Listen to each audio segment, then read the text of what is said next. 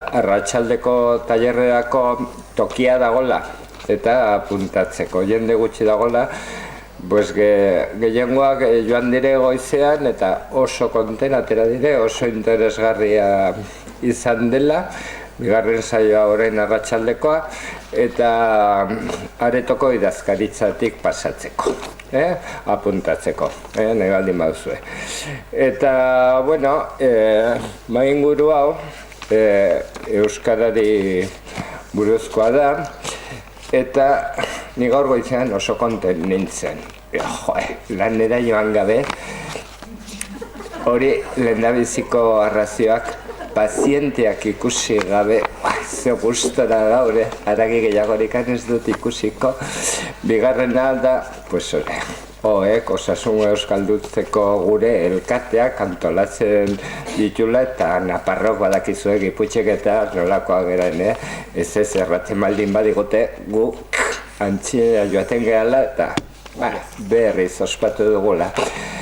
Eta horrela gauzak eginta, gero fijatu naiz ez naizela pazientetaz libratu.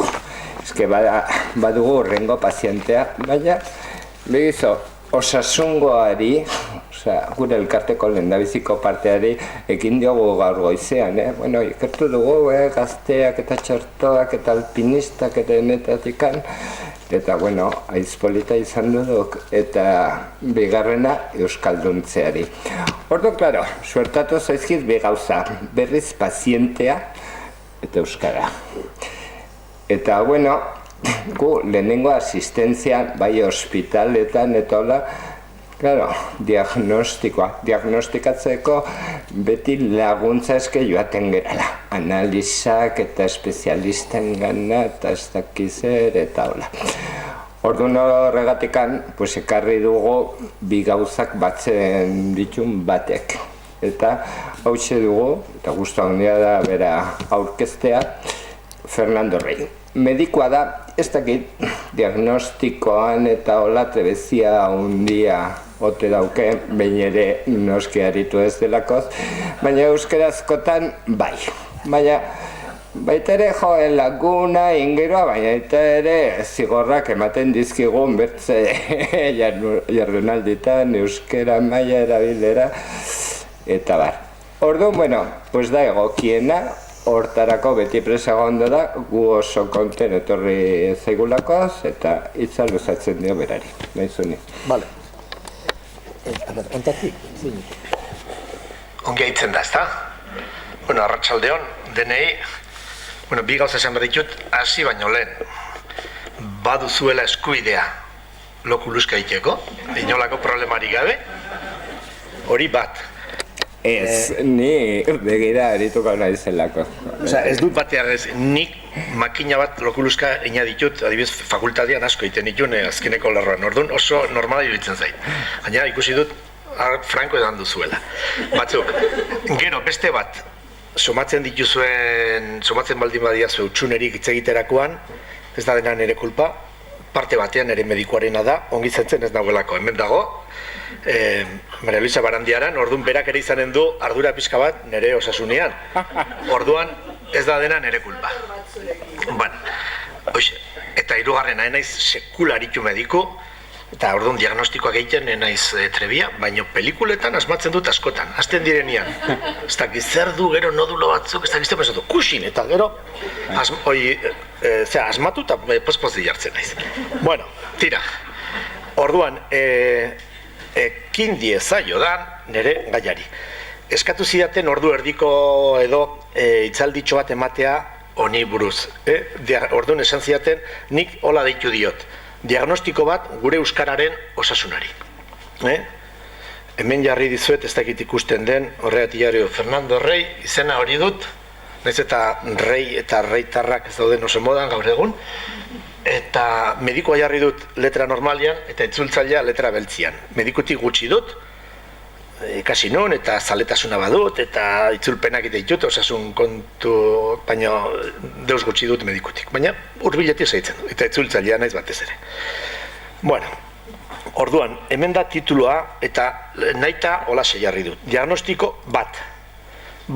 Hau nire iritzi bat besterik ez da.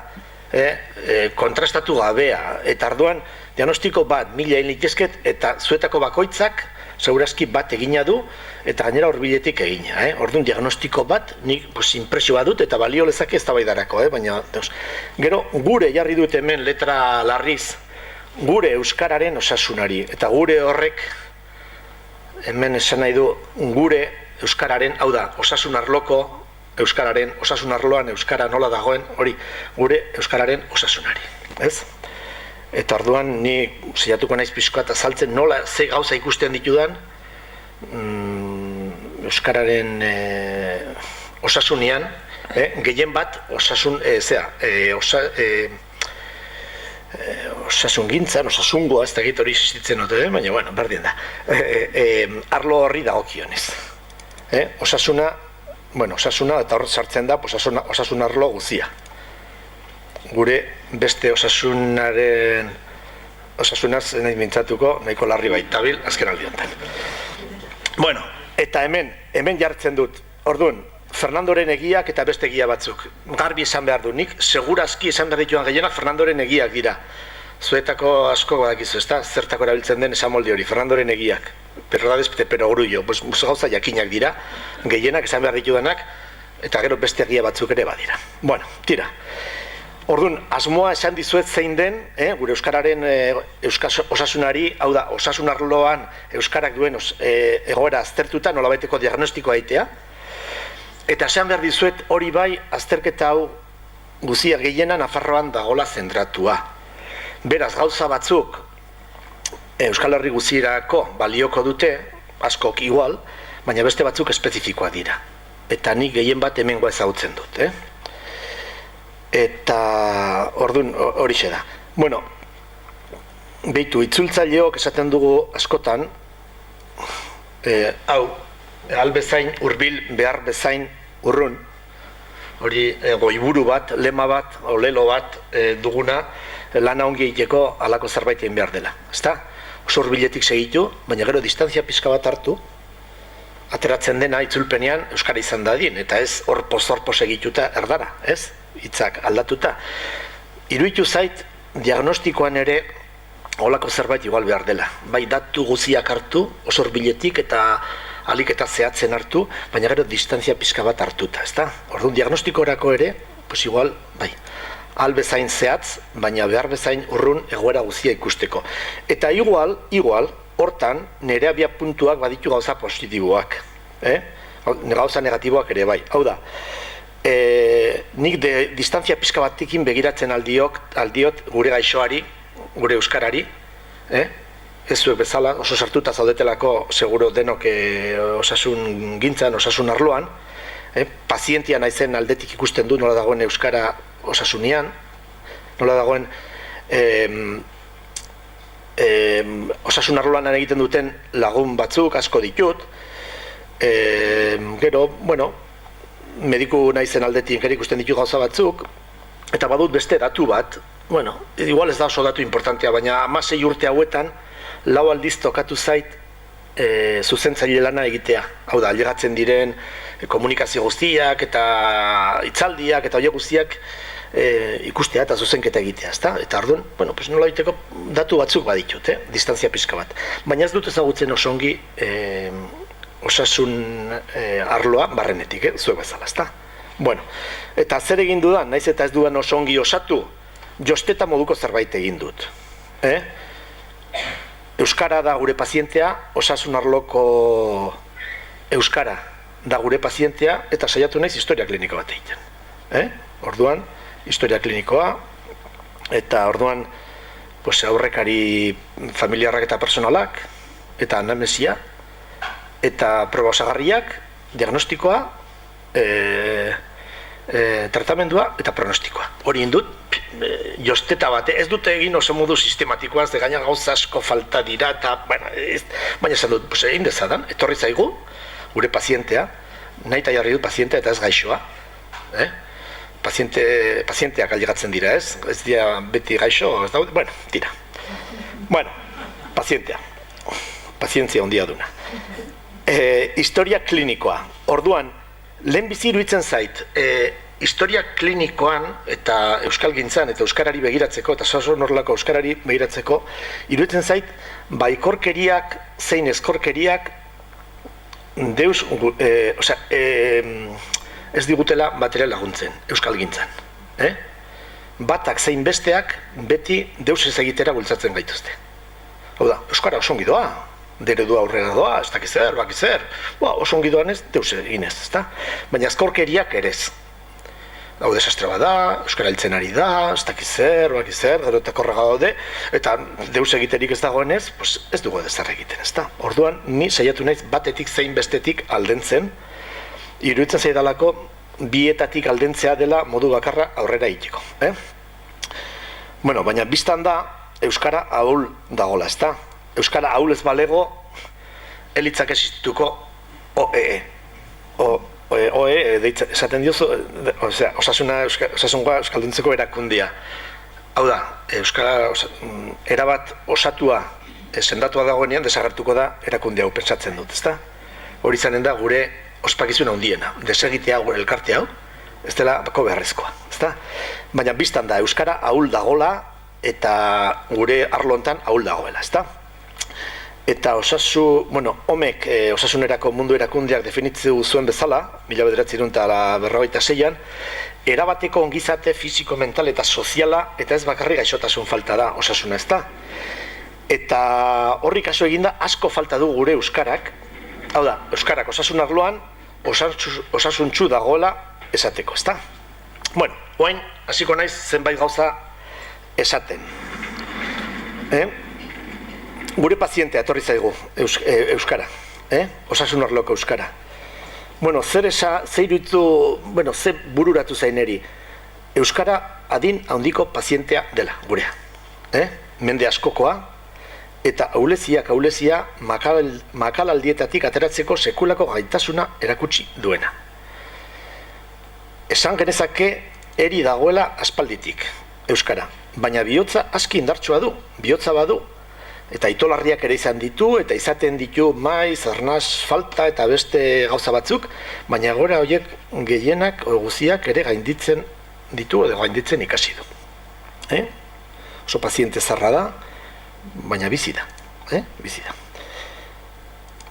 Eta hizkuntza normalizazioa dagokionez berriz esan behar dugu euskara paziente gaztea dela. Ume bat, besterik ez da euskara. Hizkuntza gehienek 200 urtean egin dutena, egin dugu guk 30 urtean. Euskara oso hizkuntza gaztea da. Normalak iruditzen zaizkit niri ditugun eta izanen ditugun zailtasun guztiak. Esan nahi dut. Eta konplejoak endu beharko genituzken ikuste. Esan nahi dut, erdara eta inglesa, gaztelania eta inglesa eta frantzesa, aspaldiko hizkuntzak dira, eta normalizatua dute gehiena eta izkera zientifikoa, eta guk ez, esan nahi dut, gurea ume bat besterik ez da euskara. Ume bat besterik ez da. Haurtzaroa eta gaztaroa zeno nerabezaroa, pues ume bat besterik ez da euskara eta osasun arloko euskara. Eta begiratzen badugu estatusari dagokionez, ikusi egoera juridikoa zein den, ez da ofiziala ere, Euskal Herri guztian, Nafarroan parte handi batean ez da ofiziala, iparraldean ez da egite existitzen den ere, ez da, figura hori, eta bestean han Euskadi induzuena, pues bueno, bai, ofiziala da, baina zenbateaino betetzen dira eskubide linguistikoa, ez dakit ba. Eta korpusari dagokionez ere, Euskara gaztea da, ume bat besterik ez da. Oaindik ere eztabaidan ari gara denak nola esan, gaztelaniak ez du inolako dudarik esateko nola duen izena ezur batek, inglesak ez du kulparik, izanen du, eta gaztelaniak ez du inolako kulparik, gaztelania hizkuntza zoragarria da. Beste goza bada, erdaldun batzuek jarrerak nolakoak diren, edo inposizioa nolakoak diren, baina hizkuntzak ez dute kulparik. Bueno, irutzen zain eri, hau nire 5 zentimoko egia da. Bueno, gaur eguneko historia pensatutan amnesia, azterketa fizikoa. Ze ikusten dudanik, gutxi dira profesional euskaldunak. Euskal Herri guztian iruditzen zait, gutxi dira. Oaindik ere, Nafarroan are gutxio. Euskaldunetan ez dago ziurtatua mediku eta erizainen presentzia. Ez dago zirkuitu elebidunik. Osasun arloan euskaraz bizializateko berberik ez dago.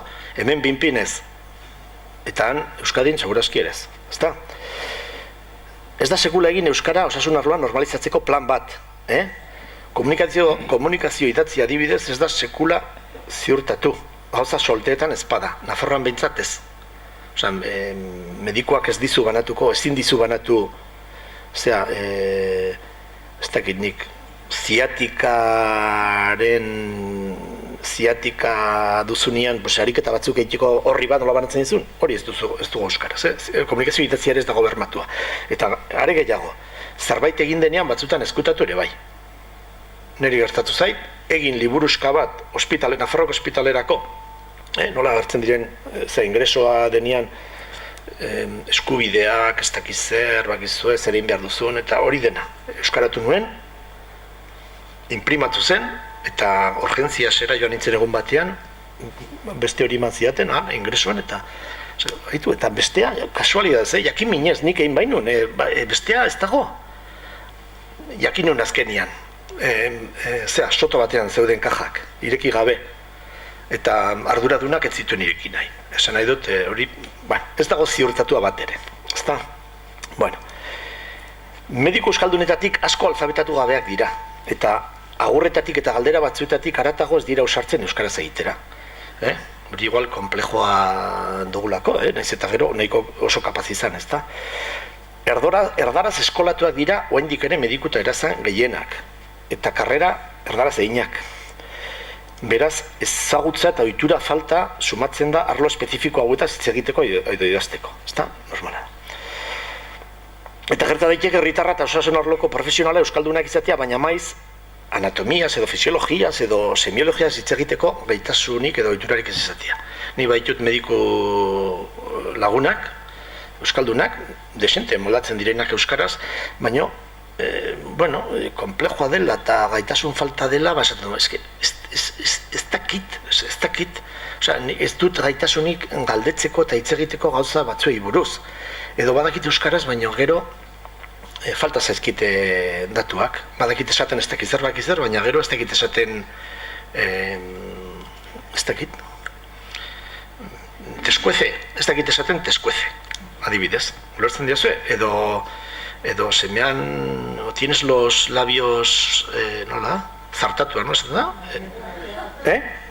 Kuarteados, ez dakit hori esaten, orduan bai, badakit euskaraz, baina bizta gauza batzuterako ezin, ezta? Bueno, gero esanen nukenik komunikazio maila desberdina ditugula, ezta? Konsultan, gaixoa, medikuarekin edo erizainarekin, beste bat profesionalen artekoa, iruditzen zait ez dagoela talde euskaldunik, euskaraz lan egiten duen talderik, ez dakit badagon, inon, sesio klinikoa egiten dira, inon euskaraz edo, ez dago talderik, orduan, hizkera bat garatzeko zailtasun handiak, ezta? Orduan, osasun kontuei buruzko fraseologia oraindik ez dugu landua, iruditzen zait. Fraseologia ez dugu landua. Tokatu zait adibidez euskaraz zuzentzea zuetako asko egindako komunikazioak eta seguraski zoragarri jakindare euskaraz, ohitura faltangatik,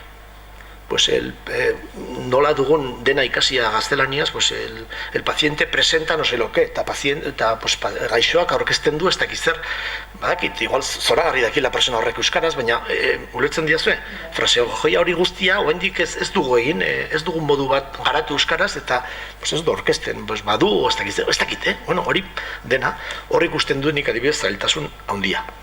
Eta gero beste maila bada komunikazio zientifikoetako, ezta? Hemen ikusten du nik zailtasun txikiena. Esan nahi dut, ikastaro bat eta uzeik nireak oso ongi egiten zuen, bazaltzeko arau batzuk eta ez dakiz zer, eta esateko azido acetilsalicilikoa dela, edo beste gauza asko, edo resonantzia magnetika, erresonantzia tezetakin, hori aiza egin daiteke alfabetatze bat, baina beste gauza horiek, hor daude nire ustez zailtasunak. Bueno, proba osagarriak. Erizaintza karrera euskaraz egin daiteke, ni dakidala, Euskal Herriko Unibertsitatean, ezta? Medikuntza berriz erdaraz egiten da. Ni dakidala, irakasgai bakar batzuk baizik ez dire ikasi. Nafarroan erdara utxean ikasten da dena. Eta jakin zazuen Nafarroako unibertsitateak, Nafarroan uzten duen eragina ikaragarria dela. Zer horrek gero, sekulako eragina du osasun arloan, jakina, bai. Nafarroak ez du produzitzen mediku euskaldunik, erizain euskaldunik, profesional euskaldunik, ez du produzitzen. Eta bermatuko balizkigute ere eskubidea gero falta dira, ez dago. Iruditzen zait, ez dago la mediku eta erizain euskaldunik. Ez dago, nahi nik uste. Bueno, diagnostikoa. Ez dakit, gure pazientea ez dago oso bizkor, baina ez da larri edo hilurren ere. Iruditzen zait. Frogatzen zaila bada ere, eta diagnostiko etiologiko bakarra ez dagoen arren, argi esan dezakegu gaixotasun multifaktoriala dela, beti bezala, ez? Baina autoimmunea ere bai. Autoimmunea ere bai. Nik uste autoimmunea ere badela parte handi batean. Ingurunetik etortzen zaizkio ahulezia batzuk, exogenoak dira, traumatismoak, sufritu ditugun kolpeak eta nahi dugun guztia, baino ezin gara zentratu hortan. Autoimmunetik asko du gure gaixotasunak, euskarak, nire ustez.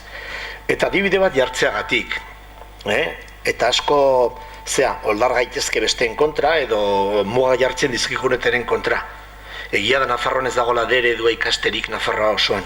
Ez dago eskubide hori ziurtatua, eta eskatu behar dugu ziurtatzea. Baina, eremu mistoan hau da, Iruin herrian, eskubidea badugun ere, badugun eskubidea dugun arren, 10 umetik bitardi oiru joten dira eredura.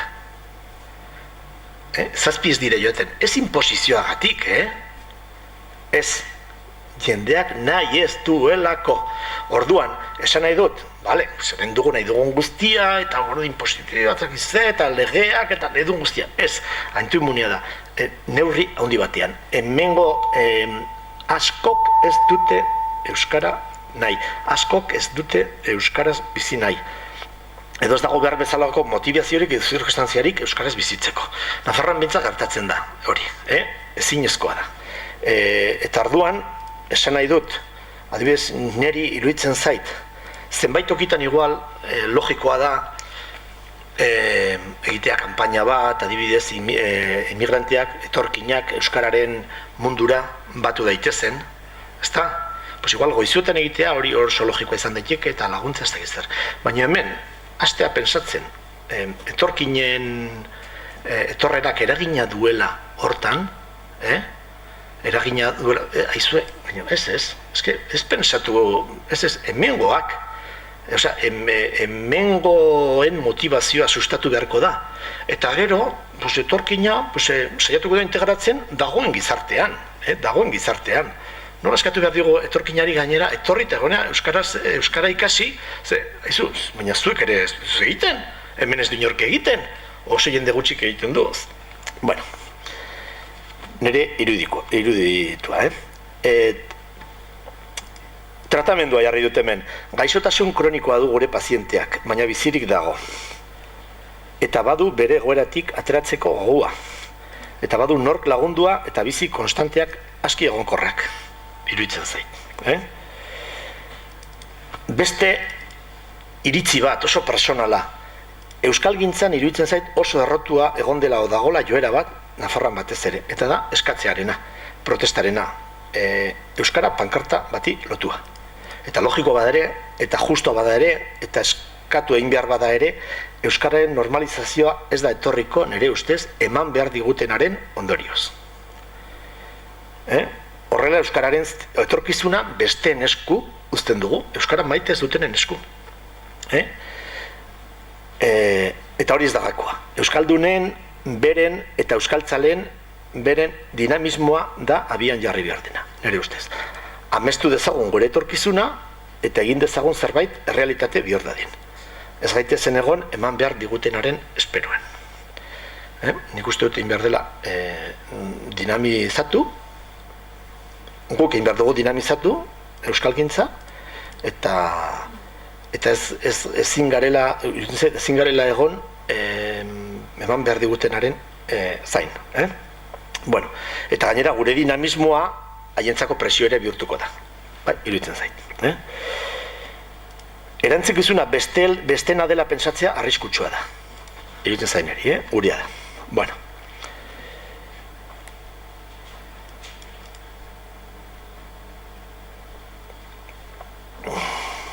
Bueno, gauza asko, iruditzen zait ez daudela gure esku. Esan dugu bezala, multifaktoriala da, 1000 faktore daude, eta arlo desberdinak hartu beharko dira kontuan, eta egia da gure pazientea euskara, eta ere gehiago Nafarroan, nekez bizi daitekela bizkor halako giro osasun gaitzean, faktore asko politikoak direlako, eta igual ez daudelako gure esku, osasun arloko profesionalen esku. Baina bide batzuk iradoki besterik ezin dugu egin, ezta? Osa, profesionalak euskaraz trebatu behar ditugu, zirkuito elebidunak beharko ditugu, baina segurazki guk ezin dugu gehiegi ere egin. Iruditzen zait zaila dela diagnostiko etiologiko bat adostea, eta zaila da, beraz, etiologia oinarri duen tratamendu bat jartzea. Gatazka serioetan bezala, gatazka lantzeko prozesu alatzen dituztenek, Baketikek eta Jonan Fernandezek eta horiek denek osongi esaten dute, ados jarri behar badugu diagnostikoan, nekez eginen dugu aurrera. Sekulaz gara ailegatuko diagnostiko adostu batera. Orduan behintzat, ezin badugu hori egin, adostu ditzagun neurri konkretu batzuk, hortan behintzat eginen dugu aurrera, ezta? Ba hemen ere nik gauza bera proposatu nahi dut, ezta? Bueno, orduan, euskarari laguntzen dion ingurune bat sortu bitartean, sortzen den bitartean, jarri ditzagun martxan neurri batzuk. Batzuk dira igual amets hutsak, eta beste batzuk igual ez. Baina ni gauza importante batzuk iruditzen zaizkit. Adibidez, euskararen iruditzen zait, adibidez, batzutan gehiegi nabarmendu dela gure prestakuntza falta, akatsak egiten ditugu, eta gainera ez dakiz zer, eta gaizki dago hau, eta gaizki idazten dugu, eta ez dakiz zer, nik uste hala da, eta laitzaren da segurazki mendik aurrera ere, ikusita euskararen normalizazioaren egoera. Ez dugu zentratu behar hortan, iruditzen zain, beste gauza batzuetan zentratu behar dugu. Nik uste, karrera euskaraz izatearen garrantzia. Nik uste ezinbestekoa dela medikuntzako eta erizaintzako karrera euskaraz eskaintzea. Badakit hori ez dagoela gure esku, segurazki eta igual aldaketa politikoare beharko dela hortarako. Baina iruditzen zait hori dugula bideo berena hizkuntzaren aldetiko eremi guztiak menperatzen dituzten profesionalak izateko. Eta horrek izanen luke isla gizartean eta prestigio ere emanen lioke euskarari eta euskaraz eskolatutako jendea izaten hasten garenean, horrek sekulako jartzen izanen du, eta gizarte eta modu naturalean alfabetatuko ditugu herritarrak ere, ezta? Karreraetan euskara lantzeko premia. Uste dut lehioan euskara asignatura dela o badela, ezta? Hala ere, goendik ere erdaraz egiten da karrera gehien bat, ezta? Bueno, hemen Nafarroan dena, ez dago deus ere euskaraz, ezta? Bueno, nik uste jarri beharko litzatekela alako zea batzuk, ezta? Bueno, nik dena dela premia guziak ikusita, iruditzen zait, igual oso kernago, arlo batzuk landu behar direla, hemen, Nafarroan egoera ikusita, adibidez, naiz eta, esan dut lehenago, naiz eta Guzeiren aportazioa oso importantea den, eta gauza asko hor ditugun, nik jendearen premia o gabezia ikusten dut anatomian eta oinarrizko fisiologian, anamesian, elkarrizketarako baliabideak, gauza horietan ikusten dut, eta osasun arloko fraseologia guztia, erdaraz sartua dugulako, ezta? Dena kalko okerrez betea izaten ditugu gure testuak, bakizuek kalko egokiak eta desegokiak berezi behar dira. Nera gauzaten zen erdaraka da, ez kalko egokiak eta desegokiak. Kalko asko erradik etortzen zaizkigunak, oso egokiak izan daitezke, eta gure egin behar ditugu, ezta? Bueno.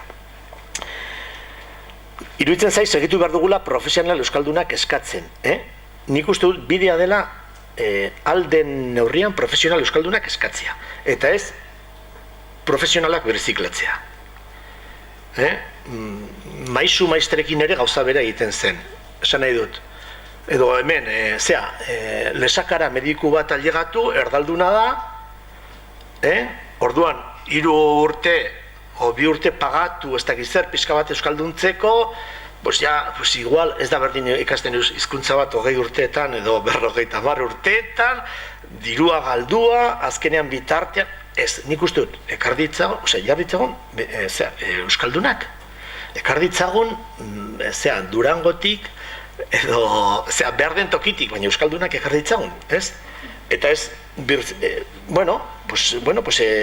norbaitik euskaldun nahi bali badu, oso ongi. Baina nik uste dut ez dela bidea berziklatzea, baizik eta euskalduna jartzea.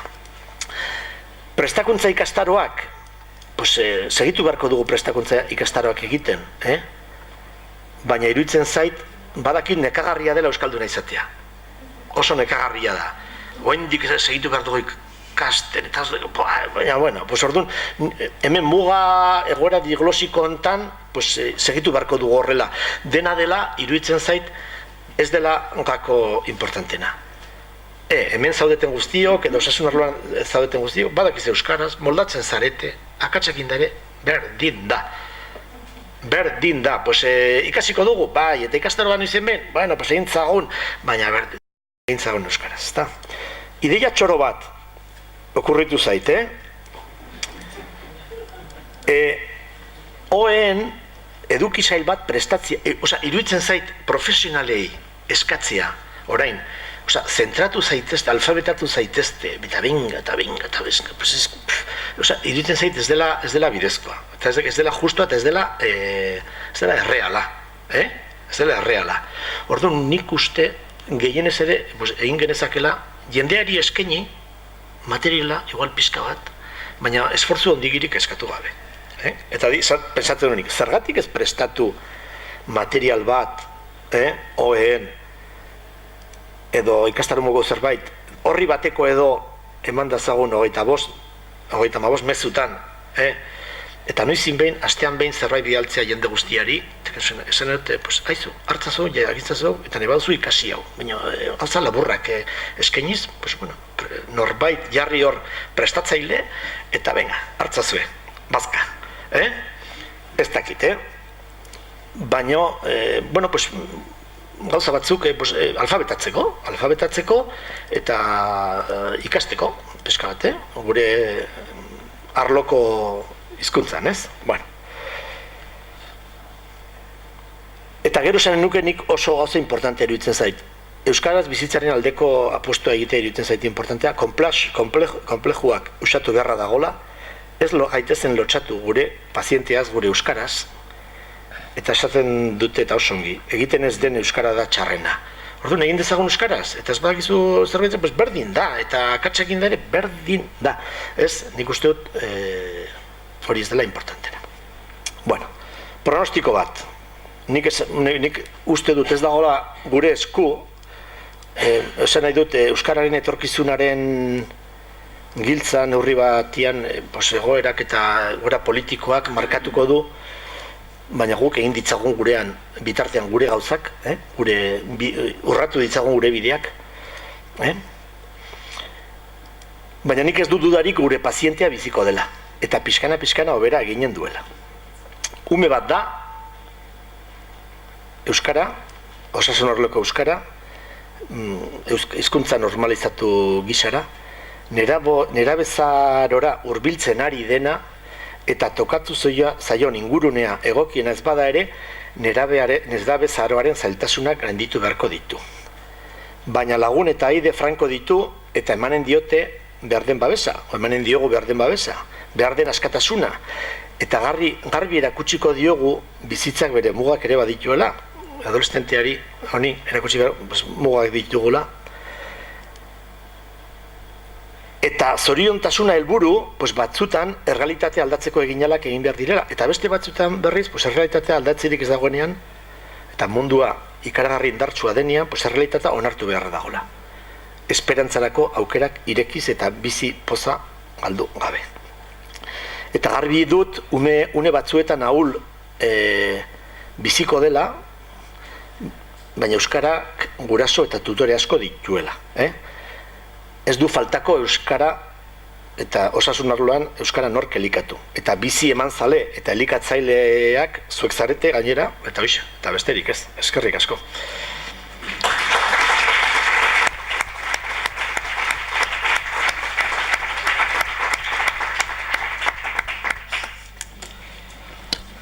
Hirurok hartu dira bakarrik.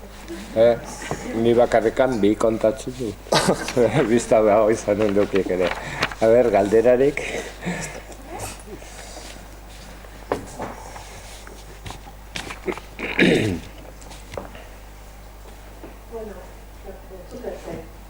Ez, piztu.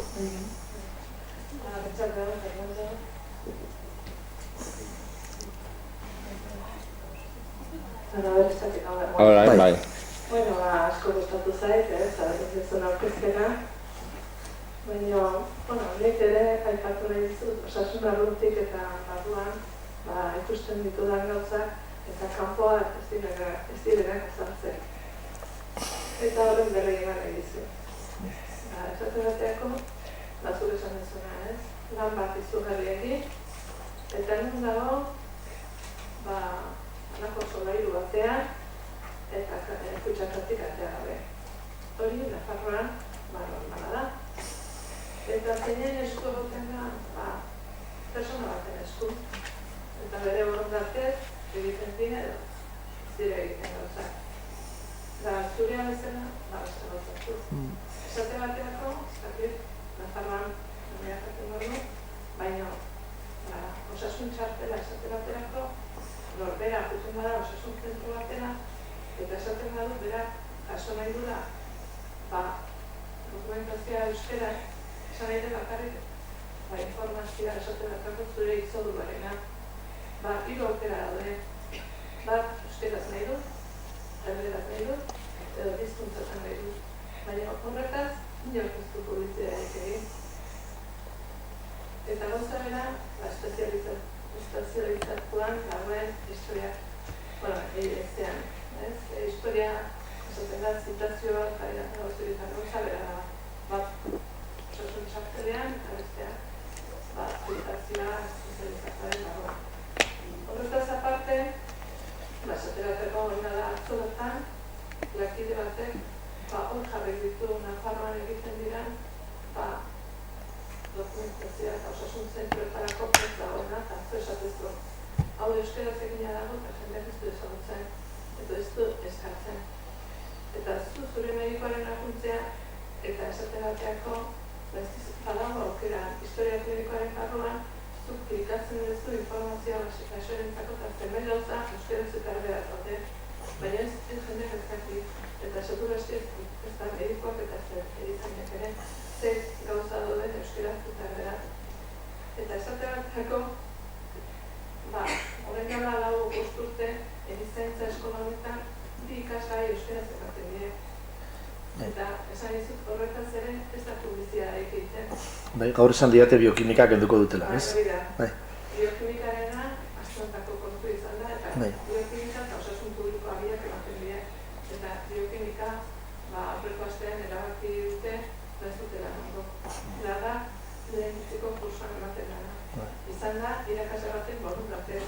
Orduan, egiten dira gauzen, publizitatea ez da ematen, jendeak ez daki, jende asko lan egiten du gauzetan, eta orduan, egiten dira zure itzulpena bezala ez kutxatan, eta orduan, horre ere badugu gure artean, gauzek, iristen direnen, egiten direnen, horietaz jakinaraztea, eta nik uste dut hori ere gure tratamentuaren barruan sartu deiken gauza izan ditekela.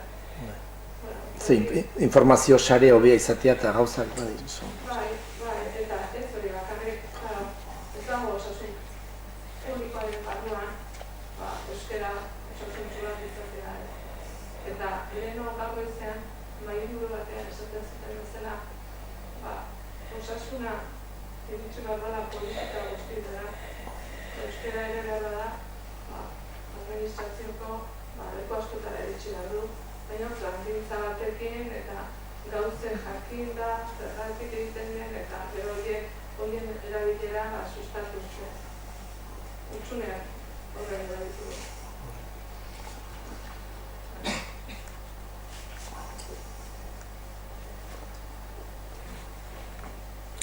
Bertze bat?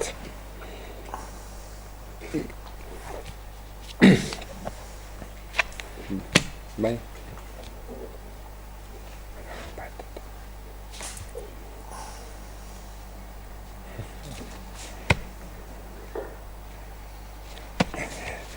Bueno, pues maikide tokatzen zaio inork iten ez denean. Ni ez dakit, mediko euskalduna naiz eta heldu zaizkit gutxi euskaldunak eta konsultara eta batzutan igual guraso erdaldunekin eta mutikoak ikastolara joaten direla eta hola eta gurasoek bultzatzen dute medikoari euskeraz egitea eta gaurko gazterietan gu mai eskasa dugu, baina mutikoek erdi euskeraz, esaldi erdia erderaz. Hori nola molda leike edo zergatik handen edo... Pena ematen dizu, konturatzen zelako, izan dituztela ez dakit 10 urte ikastolan edola, eta gero eguneroko izkenan, eta bakarren batek maluxak errantzean, bero lengusoak rebeldia mota baliz bezalakoa izan daitekela edo. Baina kuriosoa da, ez dakit bertze provinzietan gertaleke edo gauza bera. Hombre, nik uste fenomen hori oso zabaldua dagoela, baina nik uste euskara prestigiatzeko modua dela, zuk euskaraz egitea, eta, bueno, esan nahi dut, esaten dugu beti ez, euskara atera behar dela ikasgeletatik, eta ardun, nik uste dut, normalidadez, gero, eintzatela alduten moduan, eta kitxo, ez dakit. Izanen du buelta igual noiz baitere. Nik ere somatzen du, nik seme alaba ditut, eta, bueno, zailo, kurritu ere egiten, institutuan euskaraz egitea. Osea, kurritu ere ez. Gero igual sekulako talaka ematen dute, o dugu, ez dute, kasu enten dute batzuk, zentro bakarra nahi dugu, linea bakarrekoa, erdaldeunak egiten, berdin da. Ez du inork egiten euskaraz, gure institutuan. Inork ez, eta orduan alabak esaten dit. Eta ni normala izan nahi dut, nahi dut nik euskaraz egitea, ez. Osea, kurritu ere ez, eta ez dakit. Bai, iaz, ez da baidatzen nahi ziren institutuan, euskara, ikaslea bertzaleak taldekoak, handik aurrera igual euskaraz egin o ez egin bilerak. Zen dutik, izugarria da, egoera, aldoetatik oso tristea da. Baina nik uste, segitu beharko dugula ereiten, eta igual norbait etorriko dira fruituak, eta euskara prestigiatu arlo guztietan, eta ez dakit. Nik ez dakit esaten. Osa, niri oso... Egia da, Nafarroan iruditzen zait, euskaren aldeko presio soziala asko txikiagoa dela orain.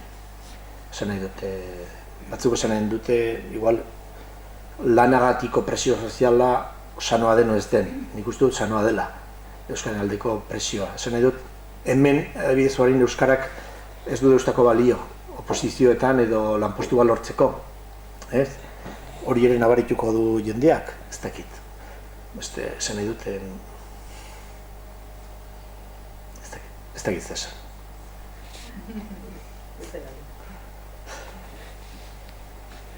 Bueno, pues orduan galdera bat erresago, a ver, ote dakien esaten.